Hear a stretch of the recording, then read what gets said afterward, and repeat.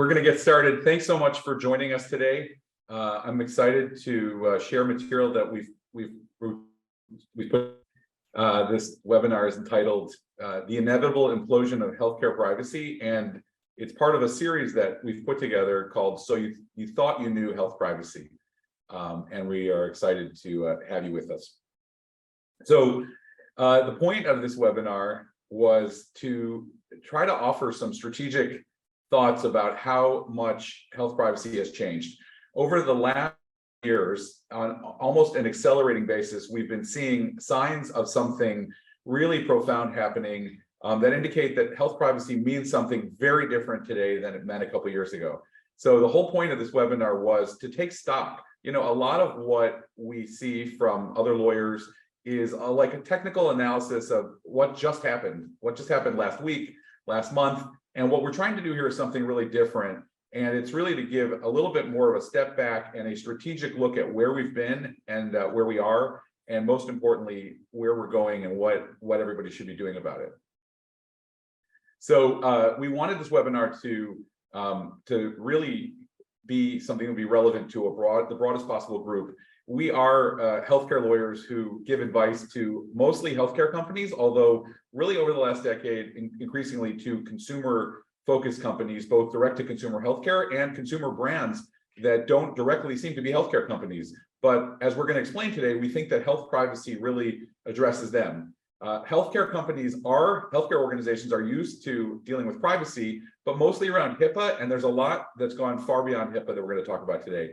And we obviously hope that other attorneys will benefit from this. In the last year, we've been giving a growing number of talks to general privacy attorneys about health privacy and to other attorneys, and we think there's going to be material here. And finally, we wanted this webinar to be relevant to consumers interested in their own health privacy, because so much of what we're going to talk about today is the way that consumers are really reclaiming health privacy. Before we move forward, just a few quick disclaimers. Attending or listening to this webinar does not make you a Nelson Hardiman client. The webinar is provided strictly for educational purposes only and is not offered as, should not be relied upon as legal advice, neither should the rest of this series. We comically apologize for the California-centric nature of this webinar series. To all the non-Californians out there listening, we live here, so we deal with primarily, and so that's what a lot of the content is going to be relevant to. And if you are considering what to do with the information presented in this webinar, no matter what kind of stakeholder you are, please consult an attorney. We here at Nelson Hardiman can definitely be of assistance to you, but you know, an attorney can help you with any particular situation. It's relevant to the information we're going to be discussing today. I'm Adella Katz, an attorney at Nelson Hardiman, and sitting next to me presenting is our wonderful managing partner, Harry Nelson. You have a few words? I just want to say I'm really delighted to be working with Adella and to be doing this webinar with you, because part of what we're going to talk about is, you know, my whole career has sort of been playing out over the last 20-something plus years since HIPAA was enacted. And it is hard to keep track of everything. And I'm so grateful to have you here and for you to be on top of this stuff, because this is complicated, but we'll get going. Complicated. It's fun. It's fun. It's definitely the Wild West. And as we'll talk about later, it's kind of a zoo of healthcare privacy for sure. So just to get started, a really brief agenda of what you're going to be hearing about today. So this is obviously our introductory webinar. It's going to be pretty comprehensive. We're going to briefly touch on a lot of different topics that we'll go much more in depth into in the other webinars in this series. So we're going to introduce the current landscape of privacy and also go through a very extensive history of how we got to this point, the catalyst that led us to the place we are in today. And really, we want to give you a forward-thinking look of what's coming on the horizon and what you should be considering in the future. So just as a starting point, I wanted to give a slightly autobiographical kind of perspective on how I think about healthcare. I graduated law school in '92. I started my first law firm job in Chicago in '94, and I was working for several large academic medical centers, university hospitals. And it was really exciting when HIPAA came out. We're going to talk more about why HIPAA was so exciting. But you know, one of the things that happens as a lawyer is like, we see this new law, this massive sweeping federal law that we're going to talk about, HIPAA, and we were really excited for it, right? And I remember putting together training materials, and then, you know, lo and behold, the law comes out, but there's no enforcement of the law for quite some time. It's sort of like lawyers are really excited to tell clients about it. Certain clients are quick to jump on it, largely, you know, big institutional organizations like academic medical centers. But then I came to California in 2001, and lo and behold, working with a lot of smaller physician organizations and other providers, HIPAA was not front and center because it wasn't being enforced. So the question always is, some organizations are going to say, that's the law, what do we do? But many healthcare providers, particularly smaller middle market healthcare providers, are going to say, what are the practical consequences that this means for us? And so HIPAA had a long period of latency from my standpoint. We're going to talk, there was a major shift in HIPAA around 2009, and we'll talk about how the enforcement of HIPAA changed over time. But what's really interesting to me is that one of the things that we've focused heavily on, in addition to traditional healthcare, has been traditional healthcare organizations, has been direct to consumer, both direct to consumer healthcare like telemedicine companies and brick and mortar retail clinics, you know, as well as consumer brands that want to enter healthcare. And so what we've seen is that for a long time, and candidly, like we basically would say, well, you don't fit under HIPAA, and we'll talk more about why that was the case. But really, you know, take a look at state law, and it's not clear that there's really any body of law that applies to you. Those days are over, and the time for consumer organizations to be lax, or direct-to-consumer healthcare to be sort of laid back about healthcare. And frankly, we were part of blessing that. And there were a number of companies that went through private equity and public acquisition with very little attention to their privacy compliance. And those days are over. And we are now living in a time when we're seeing class actions that we're going to talk about, and real scrutiny of even whether consumer brands are meeting their privacy obligations. So we're in a whole new era. And again, I'm excited to have Adella, you know, and other colleagues in our firm who are jumping on this stuff, because it is going to, as you're going to see, it's a lot to keep track of. So we're going to start off just by sort of jumping from that introduction into the current landscape. We chose the title for this particular webinar of the understanding the ongoing implosion of health privacy. And just to be really clear about what we mean is implosion means, among other things, a sudden failure or collapse of an organization or a system. And we think that you can fairly describe what is going on in US healthcare privacy laws as a total system failure and a remaking of that system. And I think that understanding strategically what is sort of not working and what is stepping into the void helps explain this moment. So I want to just not sort of hold the sort of punchline till the end and share with you kind of our core thesis. We think that this is a slow moving revolution or remaking of the healthcare privacy landscape, and really a change in what health privacy means. And if you wanted to look for one societal driver that is clearly the sort of biggest impetus in this conversation, you definitely would have to look at big tech, right? And their ever increasing ability to mine your Adella's and my digital and your digital footprint, health footprint. I bungled that, but our digital health footprint. We are all leaving an enormous amount of data out there every time we touch our smartphones, our computers, and interact with companies. And big tech is extracting value, right, from that information. And there's kind of, I would encourage people to think about it in two ways. One thing is, you know, what can be marketed to you or to people who look like you, and we'll talk more about that. And the other is what information can be learned about your for your future, right? There are lots of folks out there, life insurance companies, disability insurance companies, that would love to know more about your healthcare so that they can assess whether you're a good candidate for their insurance products. Employers, there are lots of ways in which this digital health footprint you leave and we leave really has profound implications, if it is not protected. So the question is, beyond technology, what else is going on. There certainly is also an important piece of the way that healthcare has changed, and the way that healthcare over the course of the last 2 decades has really gone from a provider-centric, provider-directed system to a consumer-centric system, as well as a data-driven system. So those kind of underlying changes in healthcare also are really translating to greater demands for health data protection. And then we come to the sort of what happened with that.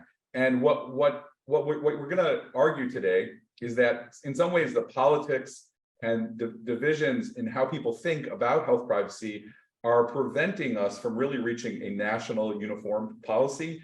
And that has left, as a result, most of the heavy lifting to the states. And the states are taking that on.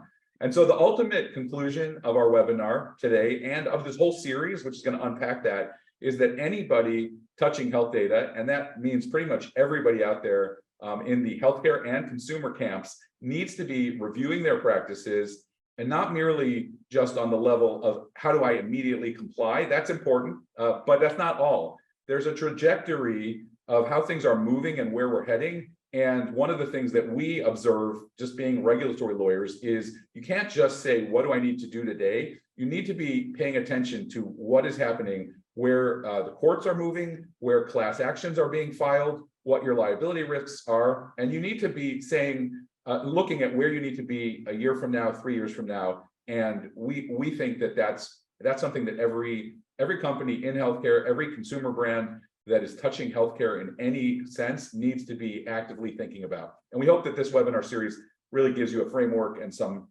place to start in that conversation. So before we get into the nitty-gritty, I wanted to provide a bit of context for how we think about privacy in general. So, what information is subject to privacy protections, what kind of information is out there, what agencies are protecting privacy, and kind of why. So healthcare information aside for a second, there's a whole host of non-healthcare information that's being collected all the time by a bunch of different companies and primarily regulated by the FTC, the Federal Trade Commission, and of course, other state laws, essentially to prevent consumer fraud. What kind of information is being collected that's non-healthcare? Any kind of financial information, anytime you make a credit card transaction, your credit card company is sending that information to a whole host of entities. Anytime you put in your name, address, even your IP address, your date of birth, etc., when you're shopping online, anything like that. There has been an advent of behavioral tracking technology that tracks your browsing history, and even that information is shared to other companies. So that information is stored, shared, sold, and is essentially being regulated by certain state laws and the FTC. But as it comes to healthcare information, there are primarily 2 different categories in which healthcare information falls into. So I'm sure everybody has heard the name HIPAA. Everybody associates it with healthcare information with privacy, but in reality, HIPAA only regulates and applies to a very limited number of people, of entities, which I think a lot of people either don't know about or maybe forget about. Only healthcare providers, or like your local doctor's office, your hospital, your health plan, which we call covered entities under HIPAA, are really subject to the HIPAA privacy and security rule and the high-tech breach notification rule, which we'll mention later on, which, as Harry mentioned, took a long time to be enforced. So for a long time, there was no enforcement mechanism of HIPAA. But in any case, that specific protected health information, which is basically any patient medical information or payment for treatments that's collected by these covered entities, is subject to HIPAA, and also certain state privacy laws, which even predate HIPAA, which we'll talk about later. California, the CMIA was passed actually 15 years before HIPAA even came onto the scene, interestingly enough, and it's sort of like the HIPAA state complement. But aside from protected health information that's collected by these covered entities, there has been a huge amount of health information collected by direct-to-consumer companies, or just consumer-centric companies, in the last 15, 20 years or so, online with all these new mobile health apps that are being developed. And that information is actually not subject to HIPAA. So there's kind of been this regulatory hole that hasn't really been properly filled because, again, these entities aren't subject to HIPAA because they're created by lay people, which aren't healthcare providers or health plans. that push out these health apps into the market. Like, for example, GoodRx, or even Apple that created the Apple Watch that tracks your heart rate and has ECG functions, which interestingly enough, the FDA actually approved as a real medical device just a few years ago. So all of these companies are actually not covered entities. So the question is, who's regulating them and who's regulating how information is stored, kept, shared, sold to other companies? How is that information being used to target advertising to consumers? The answer is really nobody until recently. The FTC actually has two mechanisms, which we'll talk about a bit later, in which it can use to prevent consumer fraud. Actually, in the same act, same congressional act that the HITECH Act was passed to create the breach notification rule for HIPAA. In that same act, the FTC actually passed a little bit sneakily the health breach notification rule of its own that applies strictly to direct-to-consumer companies, which has actually never been enforced until 2 months ago. But we'll talk about that later and why that's interesting. But aside from that, the states have really picked up the pieces and have taken charge to create comprehensive statewide privacy laws in the face of, honestly, the national government's failure to do so. So I'm sure everybody's heard of the CCPA and the new amendments in the CPRA. And 5 other states, actually, as we'll talk about later, have also followed California's lead to create new comprehensive state privacy laws, which are really trying to regulate direct-to-consumer entities' collection of all kinds of information to protect their own residents, their own consumers' rights to their own information. And just before we move on to the next point, I want to really underscore something important. A lot of times we will be talking to healthcare organizations and they'll say, oh, there's an exemption in the CCPA or these other big consumer privacy acts that Adella is going to talk more about for HIPAA, right? And so it is true that there is a carve out in these rules, but it is what we're going to talk about is it's not a comprehensive carve out. It basically is saying that you can regulate your health data, you know, in your operation, in your treatment of patients, for example, in compliance with HIPAA, but it does not give carte blanche to ignore these marketing rules. And as we're going to talk about, we're seeing lots of big healthcare providers getting socked with class actions, and HIPAA is not anywhere to be found. So these consumer laws are relevant, and also, as we'll talk about, there's a whole arsenal of tools that's affecting also entities that seem not to be covered by these consumer privacy laws, like nonprofits, public entities. So this should really be getting your attention no matter what box you think you fit into. So as we're talking about this, I'm sure you're thinking to yourself, is there a comprehensive national privacy scheme? And if there isn't, have there been any attempts in creating one? So the short answer is no, the US does not have a comprehensive privacy scheme. Has it tried to pass one? Yes, several times. Have they been successful? No, unfortunately, they've all failed. The most recent attempt is actually really recently in December of 2022, the American Data Privacy and Protection Act, which essentially tried to outline similar consumer protections that the CCPA has, that we'll talk about briefly today and later on, much more extensively in our later sessions.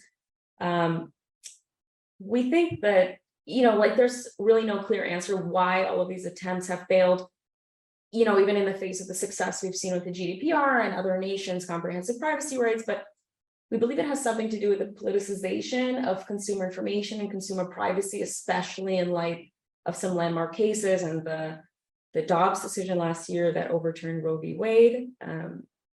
And Harry, if you have any additional comments about yes, that. we have we're going to talk in a minute about Dobbs, the case that repealed Roe v. Wade. I do think that is in the backdrop. As Adella, as you're saying, I agree 100%.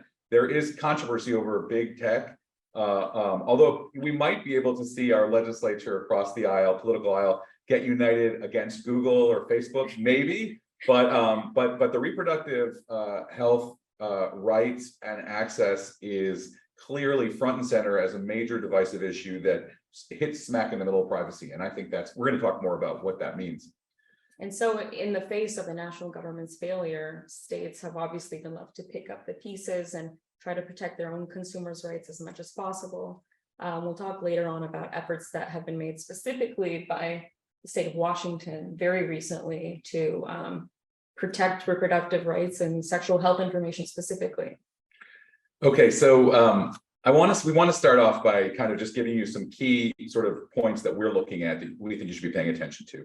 And we want to start with HIPAA. I mentioned a few minutes ago, I was so excited as a young lawyer when HIPAA came out. Well, I'm not such a young lawyer anymore, and HIPAA's not so young.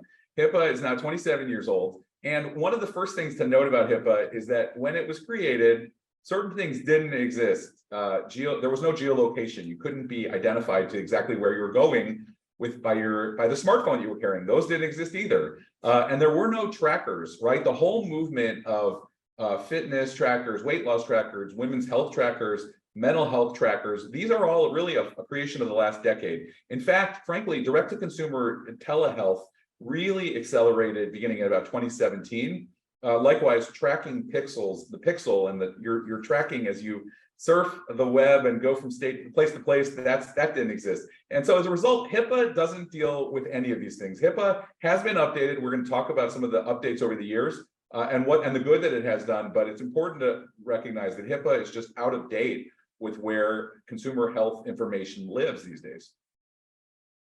So just to give you a little taste of how much the conversation has changed, I put this slide together to sort of say, in 1996, as we mentioned, it was really a healthcare provider-centric era. And frankly, HIPAA, when you look at it, I would argue, is really payer, insurance company centric, Medicare centric, right? And the issues were very different from today when we live in a consumer-centric era, consumer-centered healthcare, and a consumer-centered society where people are using technology in ways where they're voluntarily putting their information in, and a whole host of new issues are arising about how much data mining is allowed, about how much, as Adella mentioned, as your information travels behind the scenes from place to place, what happens with it, what your rights are in it. We're entering an era where artificial intelligence and AI becomes a consideration.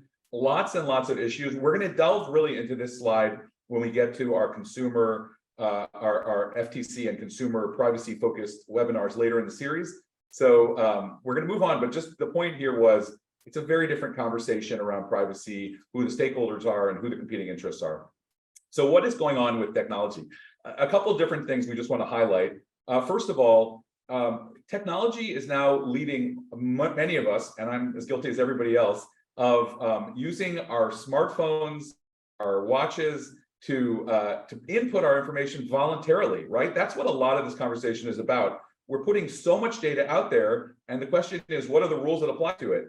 Then there's that's the kind of left half of the slide. The right half of the slide is there's a lot of stuff that is where your health data is being taken without you being aware of it. And one phenomenon that we're seeing is your search history being discoverable, so people can see what health issues you're looking at.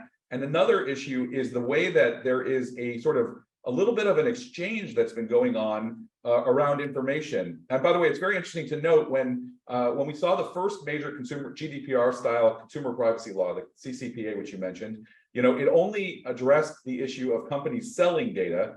And what we're going to talk about today is the issue of companies not selling data, but trading data. Sure. So we're just to sort of give you a picture of what's going on in this whole conversation around the pixel.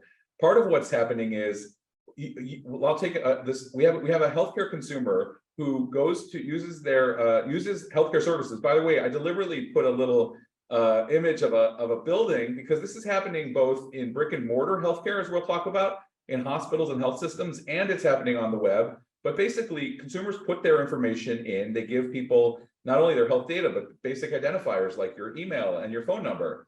Meanwhile, those providers who you visited, in some cases, they want to market other things to you. If you're in the hospital and they think, hey, we might get this particular patient in for other stuff. And also they want to find lookalikes, people who are sort of similar to you. And there has been this idea that maybe those healthcare organizations don't need to use your health data, but they'll just take your zip code, your email, your phone number, some other data about you, and then they'll go to these marvelous resources like Google and Facebook and TikTok, and they'll say, hey Facebook, can you get us more people like Adella? And so meanwhile, Facebook will say to these companies, of course, you give us their information or give us the details of the transaction and what they did, and we'll find more people who might be similar and you could sell to. Meanwhile, Facebook, not to pick on them, but I will, or Meta, maybe that's the appropriate name to use, will then say to itself, hey, wait a second, we have a big opportunity here. This healthcare provider is only interested in lookalikes and people like Adella, but we could be selling Adella all kinds of stuff. And by the way, this phenomenon, which is happening by these trackers, is super. If you ever wondered, sometimes some people like it, but I notice it drives me crazy. I'll be thinking about a vacation, and I'll look at 3 options, and I'm getting ads just because I went and looked at possibly going to the Greek islands. I'm immediately the next website I go to is pitching me on places to stay when I go to Greece, and everything. It doesn't matter whether it's something you want to buy, and that's all well and good. And the consumer, it's annoying that they're tracking every little consumer choice I'm making, but it has really important implications when it comes to healthcare. Yeah, I just want to give a quick example. Imagine me, Adella, who has arthritis. If I'm on a telehealth website looking for arthritis creams or whatever for a very sensitive health condition and a private health condition that I have, imagine then going on Facebook and getting ads for arthritis creams. So that's kind of what's happening as it relates to health information. So we want to talk about the way that court decisions are changing health privacy. And our firm's been giving a lot of advice on this. And candidly, this website, this whole series was born not only of talking about privacy, but also about the way that privacy intersects with the repeal of Roe v. Wade.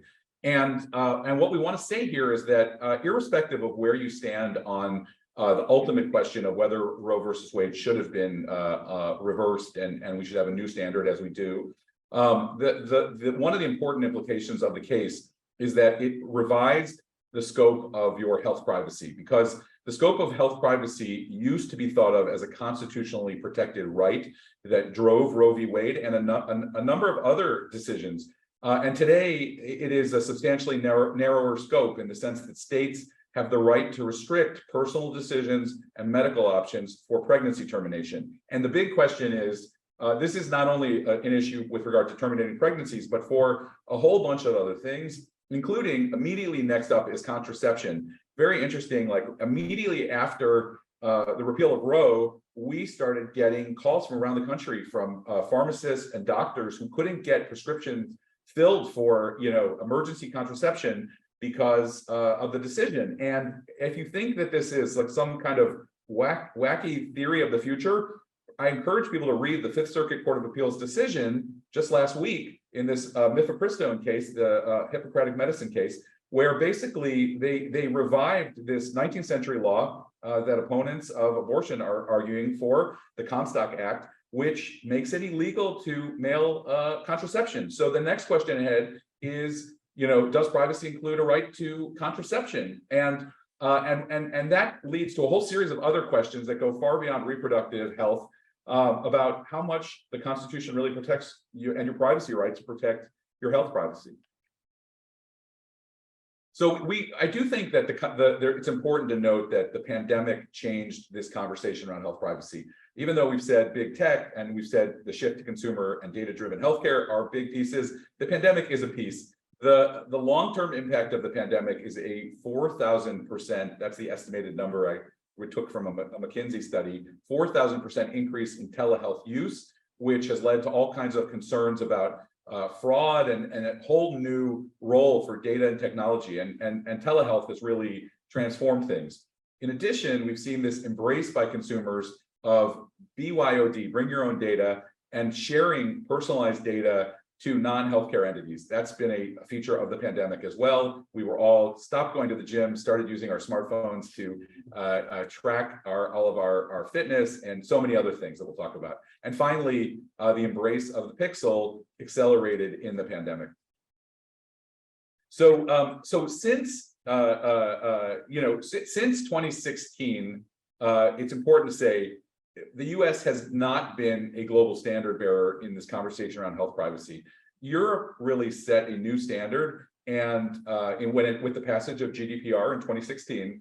So we are now 7 years into that. And what we've seen is that this original body of states, California, always the leader on these things, and then everybody else following along, and a growing number of states are essentially really mirroring a GDPR style level of much more consumer-centric privacy, much more extensive requirements. And the states are stepping in, and whereas you noted, Adella, Washington, D.C. has left an opening. Yeah. So, okay, fine. And then in addition to the states jumping in, we've also seen just in the last 2 years, the FTC really having a crackdown on direct-to-consumer companies, especially healthcare direct-to-consumer companies. So, yeah, and true confessions, like as a healthcare regulatory lawyer, I've always been aware that the FTC has a relevant place in the conversation. But in the back of my mind, I have to be candid. If you asked me 5 years ago or 10 years ago, how relevant is the FTC? I would sort of begrudgingly include it in the conversation. No longer. It's really, I think, fair to say, and we're going to talk in detail about it, that the Federal Trade Commission has stepped forward as the new primary agency for health privacy enforcement. And that's a major change with huge implications for a much broader set of privacy and health privacy concerns. So we want to jump into the specifics of a lot of the issues we've kind of highlighted. And Adella, I'm going to turn it over to you.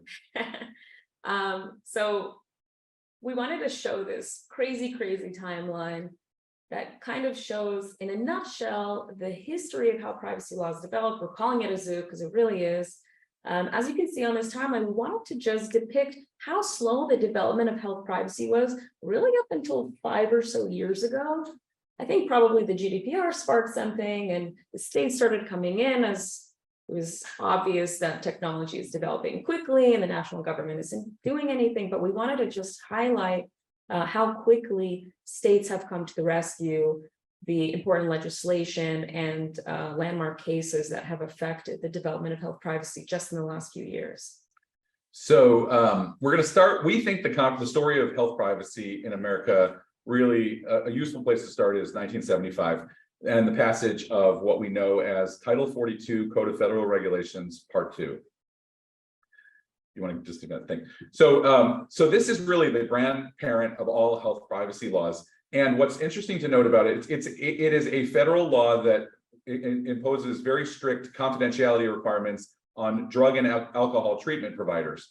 And the key takeaways, we'll talk a little bit more about it on our next webinar. But the key takeaways here are that this law, Title 42, which is still on the books, only focuses only on substance abuse, alcohol and drug treatment. And that's a sign that back in 1975, the view of privacy was that this is where it really mattered, because there was a fear that if we didn't make drug and alcohol treatment records confidential, people might not seek care, right? If people were penalized for getting treatment for an addiction, that was going to be a problem. That was how narrow our scope of the issue of health privacy was viewed not quite 50 years ago.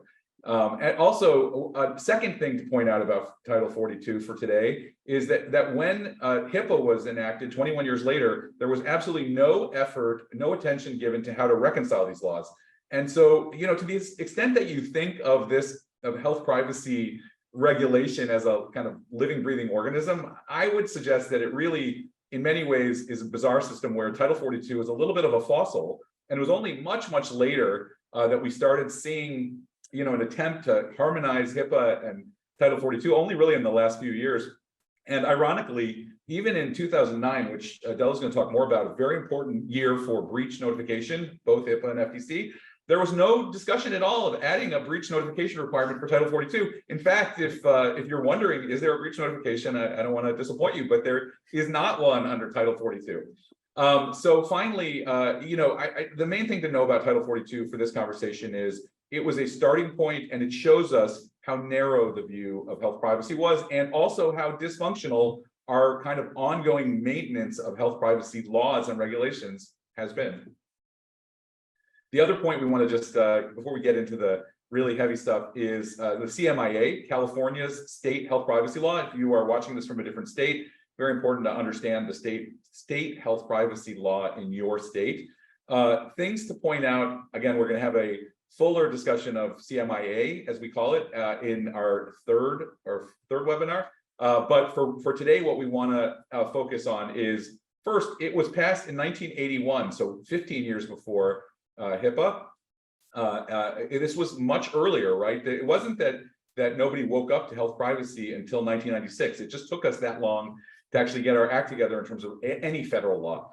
But at the same time, what you have to notice when you look at CMIA, and this is true in many states, is there was no enforcement agency created at the time. There was no funding put behind it. And so it was only that in 2012, we had an enforcement mechanism, which was the establishment of statutory damages. So if you go back and say how much teeth did this law really have, until 2012, when you saw that there was a penalty of $1,000 damages for every patient whose records are violated, there was really no mechanism. And I'll just say candidly, I get calls all the time from people who say, oh, my privacy rights were violated. And I have to break the news to them. You have no right of action under HIPAA. And for CMIA purposes, it's $1,000 damages, which means that lawyers are only going to be interested in actually pursuing violations if they affect a lot of people. And that $1,000 has a big multiplier attached to it.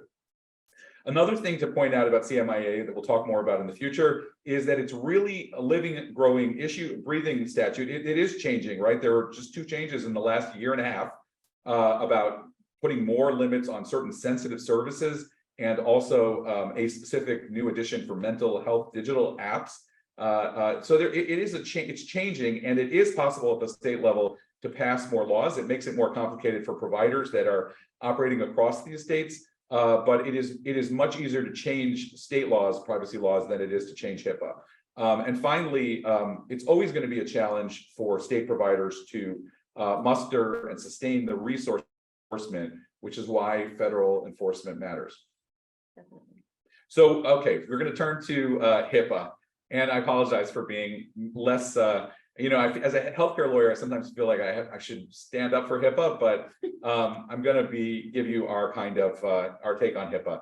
Okay, so the thing to note about HIPAA is that, again, it was the first time that we had a national standard to protect all patient information beyond the addiction context, and that was an accomplishment, right?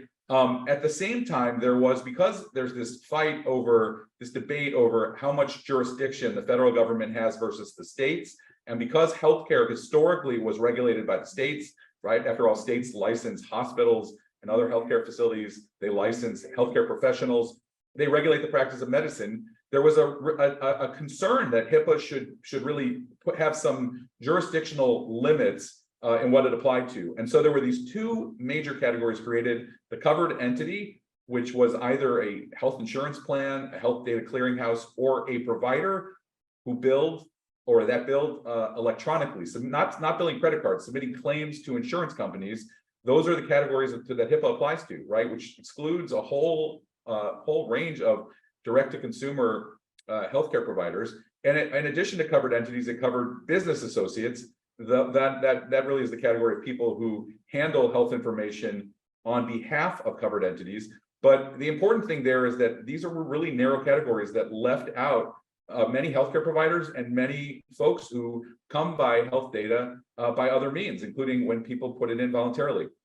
And even though we're beating up on HIPAA a little, admittedly, in this webinar, it is important to note that it was groundbreaking in that it created a national standard that unified our approach to health data in traditional health settings. So HIPAA is still very important if you're in a traditional health setting. It's just that so much of our health data lives outside of that setting today.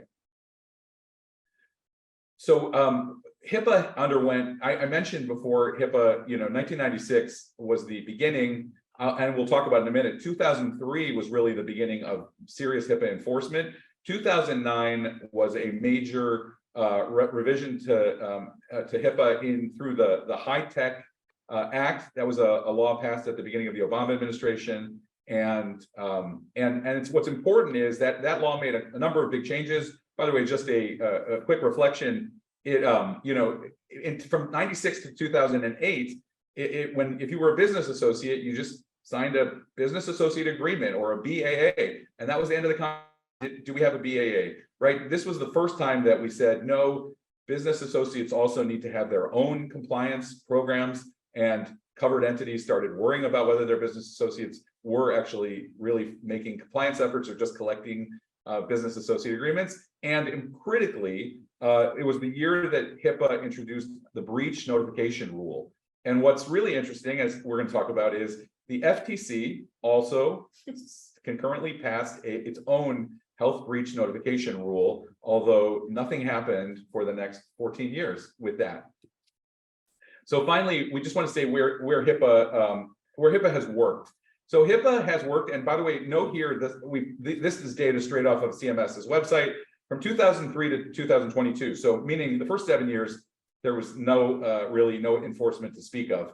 Since then, over a 20-year period, 300,000 complaints to CMS, to Department of Health and Human Services, Office of Civil Rights, which enforces HIPAA, 29,000 cases where there was a corrective action or a demand for changes in privacy practice, 51,000 plus early interventions that were effectively settled without an investigation, 122 penalties, $133 million. That sounds like a lot, but if you think about how big healthcare is, it's a little drop in the bucket. And the issues of privacy that we're talking about in this webinar are not the same. They're cousins, but they're not exactly the same issues that HIPAA usually addresses, right? Usually HIPAA is, much of HIPAA is about patient access to information and whether your provider is giving the patient access they're entitled to, whether more information than the minimum necessary was disclosed. So while HIPAA is working, it is not addressing squarely the same exact issues.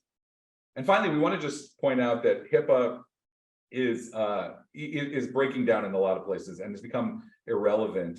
And so we pointed out the failure to cover healthcare data outside of entities that are covered entities and business associates is a big problem. In the age of a fight between states over the status of abortion, HIPAA is really weak. And by the way, at the bottom of the slide, I noted June 22 was a really interesting moment, a power shift where Roe v. Wade was repealed. The Department of Health and Human Services put out a guidance that most providers who cared about this issue found really underwhelming. It just basically said providers who are getting subpoenas from other states that are opposed to abortion don't necessarily need to comply with them. And finally, the major big limitation of HIPAA is that it doesn't address most of these post-1996 forms of data put voluntarily into cell phones and other devices, geolocation data, internet search history, and there's a whole bunch of stuff that's missing from it. And one final point about HIPAA, really interesting. HIPAA, there's been this obsession with improving healthcare and value-based care by getting interoperability of electronic health records. So what we've seen is actually that our system has made progress. That was a lot of what the HITECH Act was focused on bringing about, was letting providers share records. Well, it turns out that when it comes to patient privacy, health privacy, sharing records is not always something patients are excited about. One of the weird issues we've been seeing in the last couple of years is a case where patients deliberately went to a provider, like a telemedicine provider, to treat a condition that they didn't want their regular healthcare provider to know about.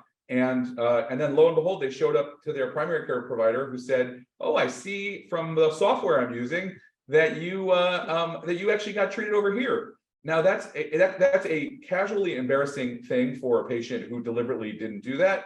You might say, "Oh, that doesn't change the world. Maybe it's good that we live in a world where that happens." But in a post-Dobbs world where, for example, patients who might seek contraception or options for pregnancy termination don't want to be very careful about who holds and who manages their information, that's a real serious concern. So HIPAA is not only failing, it also has some pieces to it that are not fully comprehending and thinking through where there should be limits, for example, on provider to provider limitations on who knows what about you. So then the FTC comes to save the day, maybe? So as Harry mentioned, in 2009, the same exact congressional act, both the HITECH Act was passed, created the HIPAA breach notification rule, and the FTC snuck in there its own health breach notification rule that, as we mentioned, doesn't apply to covered entities, so it doesn't apply to specific providers or health plans that are collecting protected health information, but it rather was intended to apply to lay companies or lay entities that are collecting health information, like I mentioned, like Apple or GoodRx or BetterHelp, as we've seen in the news recently. But what aspects of health privacy does the FTC address, and really how does it address it? So the FTC Act actually has two mechanisms within it that the FTC has now both used to regulate these direct-to-consumer companies. The FTC's favorite sword in its arsenal has been Section 5 of the FTC Act, which is like the most important, the primary national actionable, sword, whatever, that the FTC has to prohibit unfair practices and deception against consumers.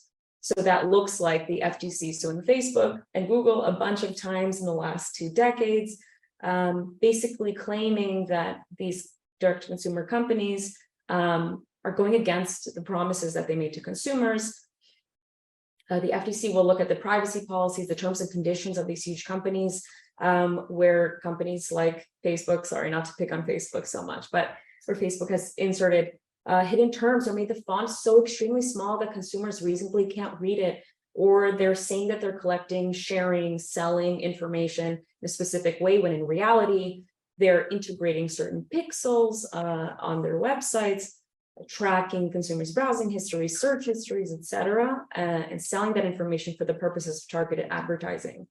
But really just in the last, and actually the FTC has used Section 5 of the FTC Act in the last 2 years in 4 major decisions, which we'll talk about in a second, against direct-to-consumer healthcare companies. And only in February of 2023 did the FTC, for the first time in history, in 14 years, actually use the second sword in its arsenal, this health breach notification rule that was passed in 2009 and never before enforced, against GoodRx, another direct-to-consumer healthcare company.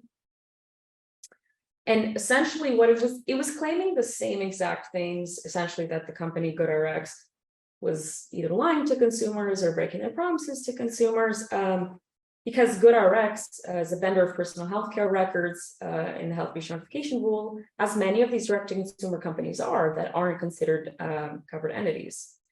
Essentially, the big thing that they focus on, which is what we're seeing a trend about, and what Harry mentioned earlier, that even nonprofit hospital systems, which are being hit with these related claims right now, are doing, they're installing these tracking pixels, which I guess Meta or Facebook provides them, that track consumers' behavior on websites. So whether that's the way you browse things, the way, like the products that you click on, even the information that you put into chat boxes to speak with consumer help on these websites, anything like that is being tracked, collected, and sold or shared to other companies to provide targeted advertising to. So it's all for marketing purposes, and the FTC is really cracking down. And how did FTC emerge as a health privacy enforcement agency right now? Well, as we mentioned, it's it's 100% in response to these non-covered entities, these lay entities pushing out all of these healthcare apps and websites into the marketplace, really understanding that they won't be subject to any kind of major privacy laws. So in reaction to the recent legislation and reaction to the Dobbs decision last year, I think that the FTC has really reacted and attempted to crack down on these companies that thought they were safe and really excused from any privacy regulations and enforcement. The federal government actually, after the Dobbs decision, tried to pass a federal law called My Body, My Data Act in 2022. It failed. I think it was reintroduced again just recently. But just this legislative effort tried to specifically tackle targeted advertising related to reproductive rights and sexual health information. But as we mentioned, again, the federal government is just unable to get a grip and really pass legislation on a united front, because all these issues are so terribly controversial. Which, by the way, means that if you're thinking about what does this mean for the future, that if it's all happening at the level of a regulatory agency making an enforcement priority, as the FTC has clearly done, of health privacy, what is a change of administration going to bring? And on the one hand, we could see the FTC's move towards health privacy as really positive. On the other hand, the fact that there is a political dimension in some of these early choices may mean that we'll see a future administration that's less enthusiastic or even has a really different view of where the FTC should be weighing in on these issues. Definitely. So, by the way, the abortion question is such an interesting place it's a good prism to think about what happens when we have less health privacy. Patients start to wonder, like, can they visit this website? Will this be used against them? What can they tell their providers? We've been hearing that from a lot of healthcare providers. How can they make good healthcare choices when they are afraid when there's less health privacy? And finally, providers are really limited by this. Can they treat this patient? What can they talk about? Can they only talk about things that are legal in this state? How much risk are they facing? These kind of conversations, as I said, are not only touching pregnancy termination, but are now really affecting the ability for patients to get emergency contraception, which is perfectly legal in all 50 states, and yet is now coming up against obstacles sort of collaterally as a result of this whole conversation. So as we've mentioned multiple times, the states have really come together in their own right to create comprehensive statewide privacy laws. So I know we've blown up our timeline now to highlight the huge changes that have happened in the last 5 years. Specifically, there have been 6 states since 2018, since the passage of the CCPA, that have really prioritized consumer rights in general to protect healthcare and non-healthcare information.